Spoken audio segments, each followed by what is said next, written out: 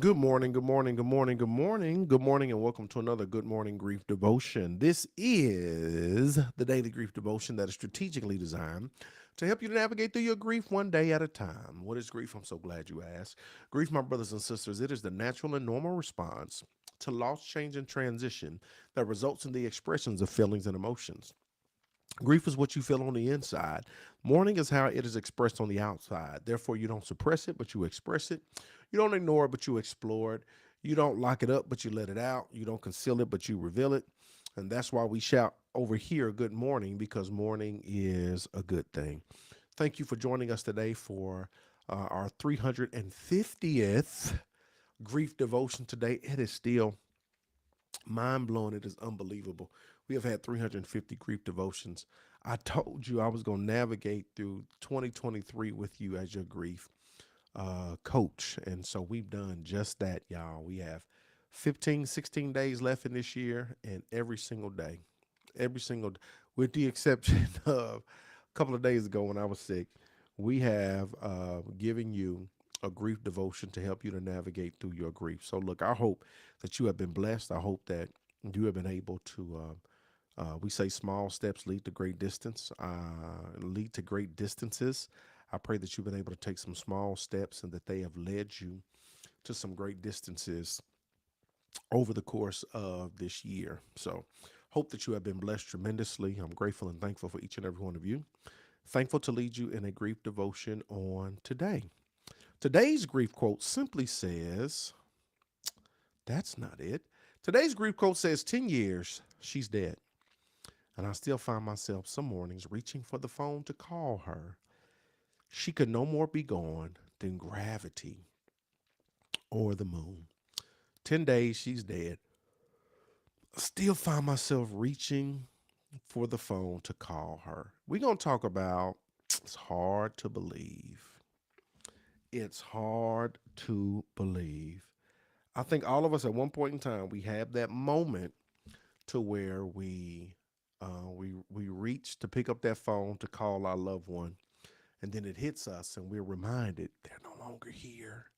Whether you're going through a hard day and you need somebody to talk to, whether it's a great celebration and you're about to celebrate a success in your life and you're excited, so you pick up the phone to call them to celebrate the success, and then you remember and realize, oh, they're no longer here. But we all have that moment. We all have that moment. What was your moment? We all have that moment where we reach for that phone to make that phone call. And then we realize some of us, even dial the whole number, right? And it's not until the phone rings and they don't answer or the voicemail picks up, right? Um, that we like, wait a minute. It hits us, right? And then cue the flood of emotions, cue the reality of the situation that we're in, right? Many of us, we just do it off of muscle memory. We're used to calling them. That was our go to, right? We would always call them for advice or help or to celebrate our successes. And so we have that moment. And guess what, y'all? It's just another reminder that this thing is hard to believe, right? That initial shock and numbness we experienced when we first learned of the death, it never totally goes away. Even years later, we still find ourselves thinking that the person who died could walk through the door at any moment. Have you had those moments? Have you had those moments where you expect them to walk through the door? Or is the initial shock of it all that you really don't believe, like that they're gone? Like you got to see for yourself. And even though everybody told you they were gone, you was like, man, just wait till I get to this hospital because they're saying that they're gone, but she gonna wake up for me. They're saying that he's no longer here, but he gonna wake up for me. I don't know what they talking about, but let me get there. Let me see for myself. He's just gotta be asleep. He's not gone. He's just asleep, and he's just not waking up for them. But once he hears my voice, he's gonna wake up for me. How many of y'all had that mindset, right? That just the initial shock of it, we find ourselves in a place of denial, not even believing, right, that they're gone. And this is the thing. Years later, we find ourselves thinking that the person who died could walk through the door at any moment. We feel like they could walk through the door at any moment, right? They could pull up inside that car, inside that truck for that holiday. They could pull up, they could walk through the door at any moment. Maybe we even heard the door open, and with great anticipation, we believed that it was going to be them. And yet again, it's just another instance where dealing with the reality of the situation, once again, guess what? It's hard to believe. Now, over time, we mostly come to terms with their goneness, but never 100%. Part of our hearts and minds seems unable to truly believe it. At times, I still wish and wait for my dad to walk through the door back into my life. Over time, we kind of grapple with it. We kind of come to terms with it, but do we ever come to terms with it 100%? Or is there a part of us that still longs for them to come through that door, or believe that maybe they're out there somewhere and they're just going to show up, right? That we deal with that. We go through that as we navigate through this thing called grief. Maybe the part of us that still clings to the impossibility of the death is right. Maybe it's the part that knows that death is but an illusion.